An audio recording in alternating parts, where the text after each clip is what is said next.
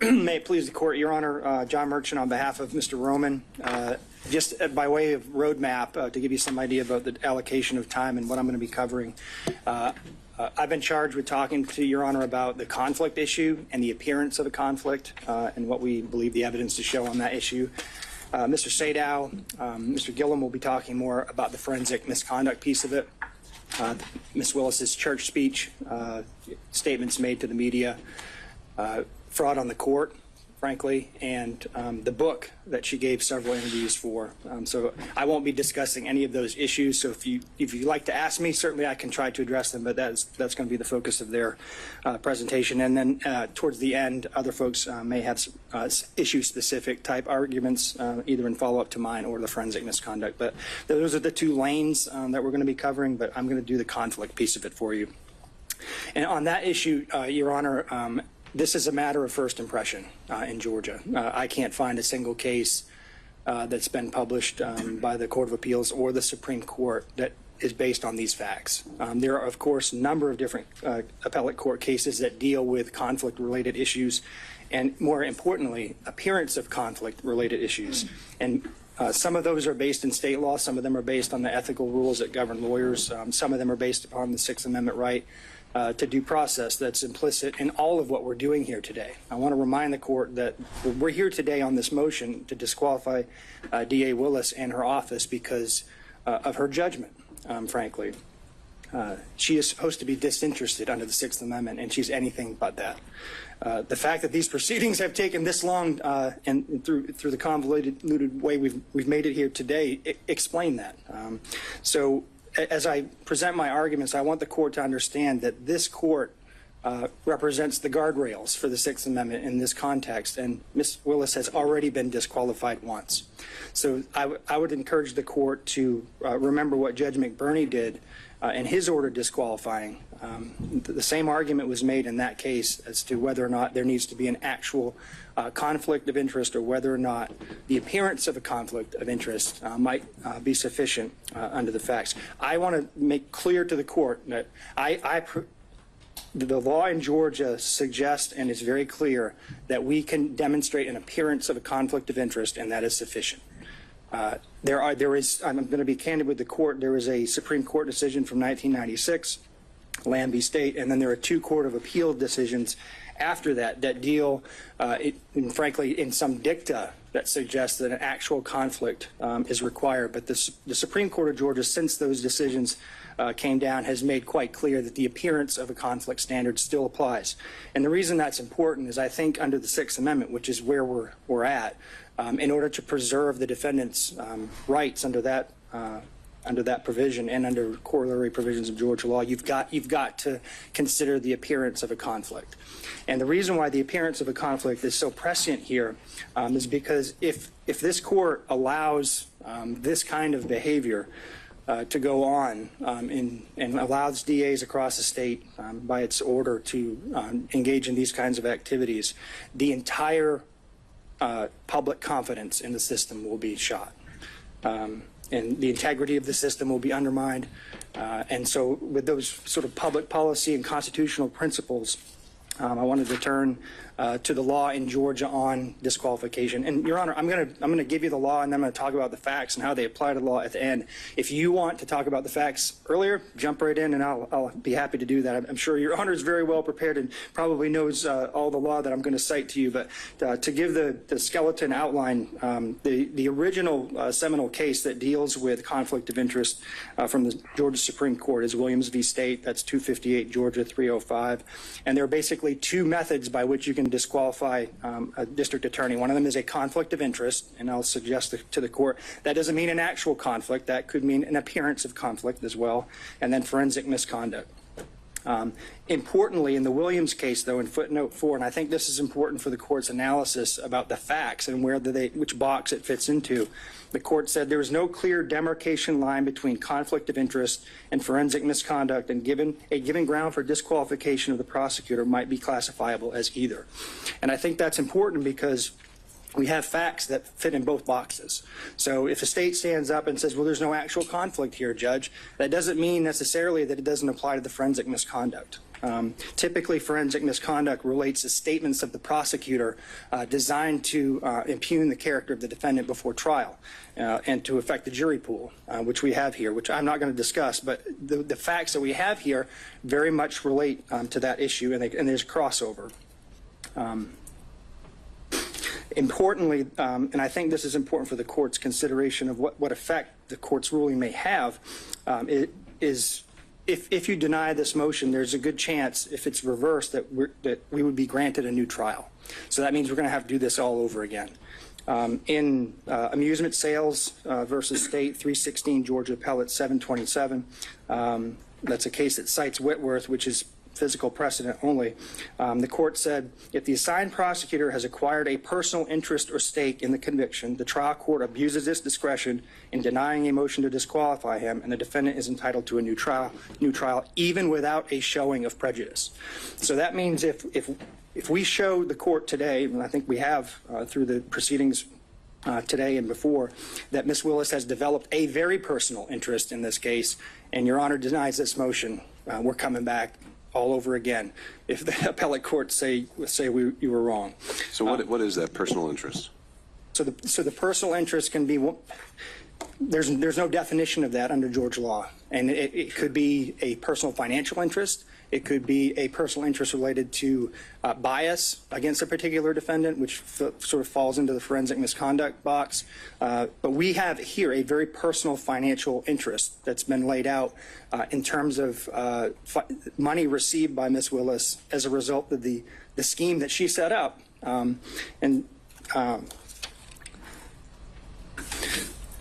But to get to the issue of the personal interest in the context of an appearance, I think that's important. I do want to suggest to the court that there are a number of cases that post-date this actual conflict of interest language that's suggested in some of the cases from the 90s, that you have to pay attention to what this looks like to the public. And I agree with all of the law, and I'm sure the state's going to stand up here and say it can't be a speculative or a conjectural type of personal interest. We don't have that here. We have something very concrete. And as Judge McBurney put it, actual and palpable, not speculative and remote. That's exactly what we have here. We've demonstrated through the testimony of the witnesses, some of whom impeached themselves, that we have a very personal interest. In the seminal United States court case that deals with prosecutorial impropriety is Young v. U.S. That's a 481 U.S. 787 case.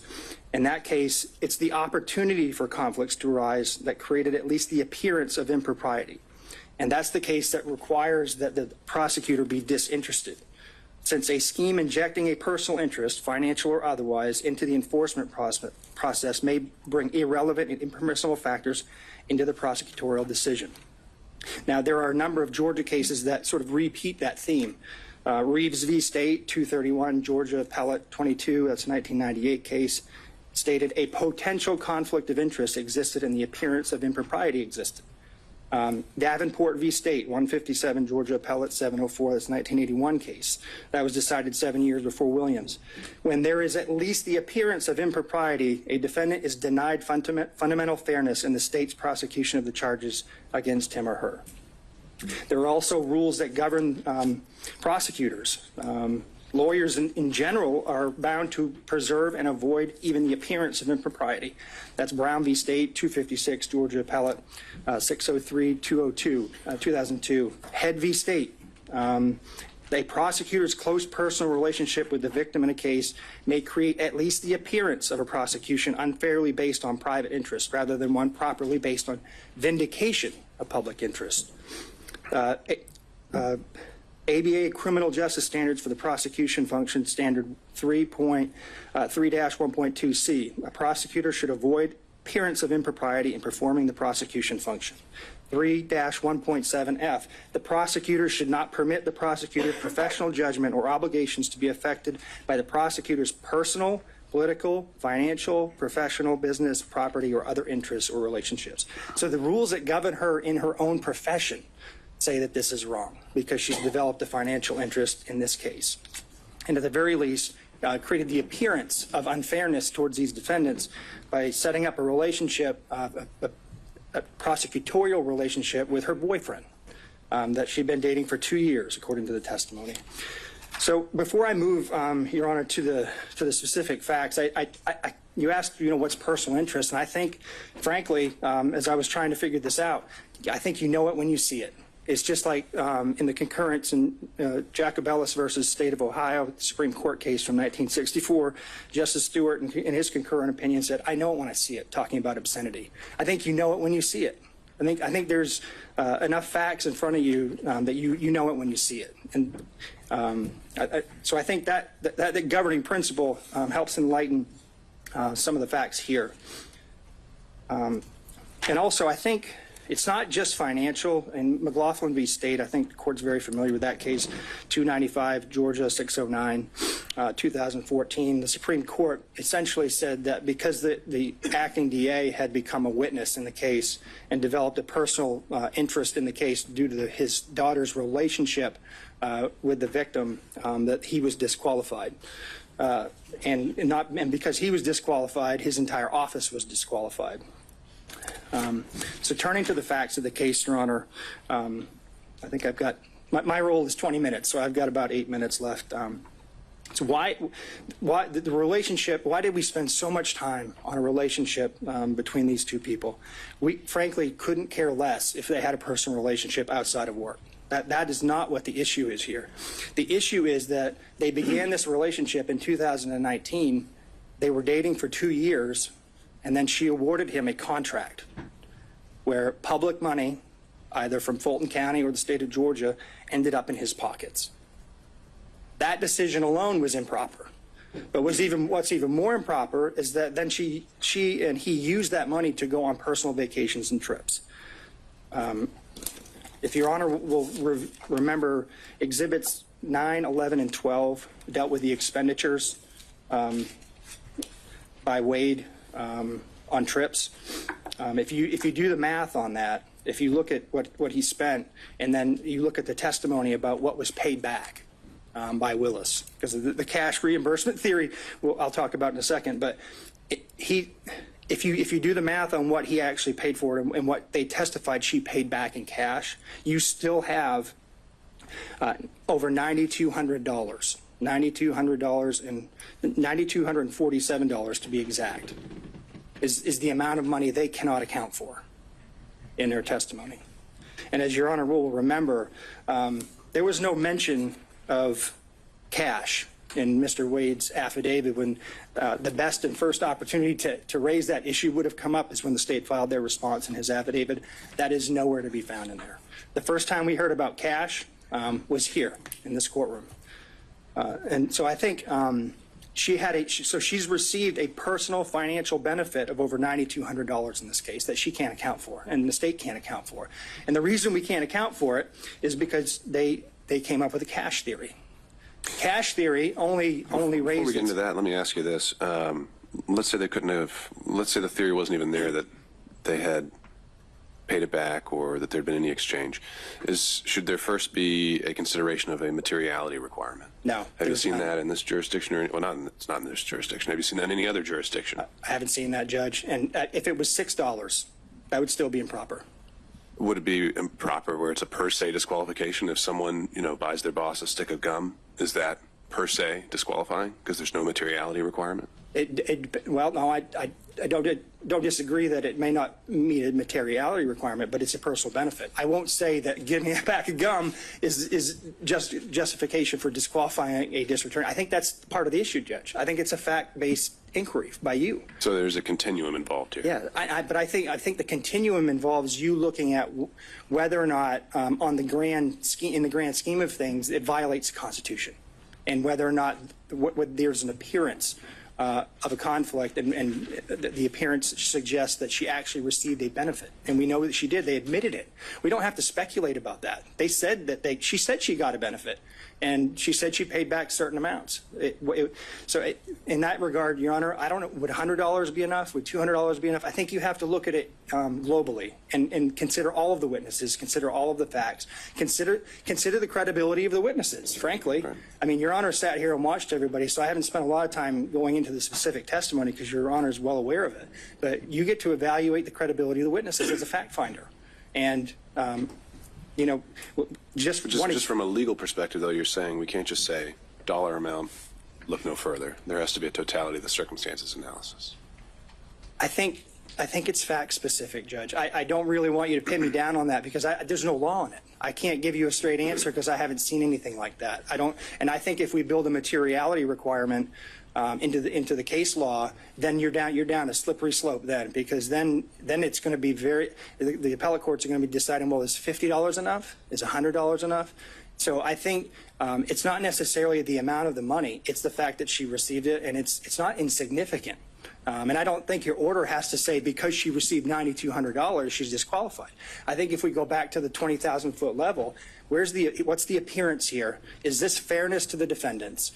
Does it appear that she is interested in this prosecution, or does it appear that she's disinterested? She took the stand. You can tell she's not a disinterested person when it comes to this proceeding, but we also argue she's not a disinterested person when it comes to the prosecution as a whole. I'm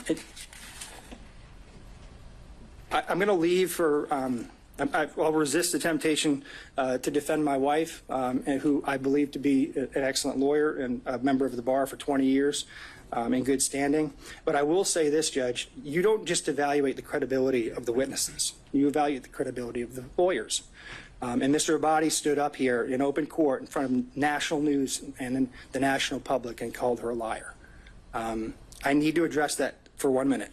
There's text messages that are now part of the record, which now are substantive evidence for you to consider, prove everything that she put in that motion, everything that she tried to elicit from Mr. Bradley was absolutely 100% true. And not only was it true, she verified through the witness himself that the motion was accurate before it was filed. So for the state to get up here and impugn her credibility, it's not only improper, it violates Berger versus United States, which is a case that says the state can't just get up here and make any argument it wants. And I encourage the court to call him out on it when he steps up here. We have to have candor towards the tribunal. You cannot lie to the court, cannot lie to the public, cannot lie to the jury. And I think that's what he did.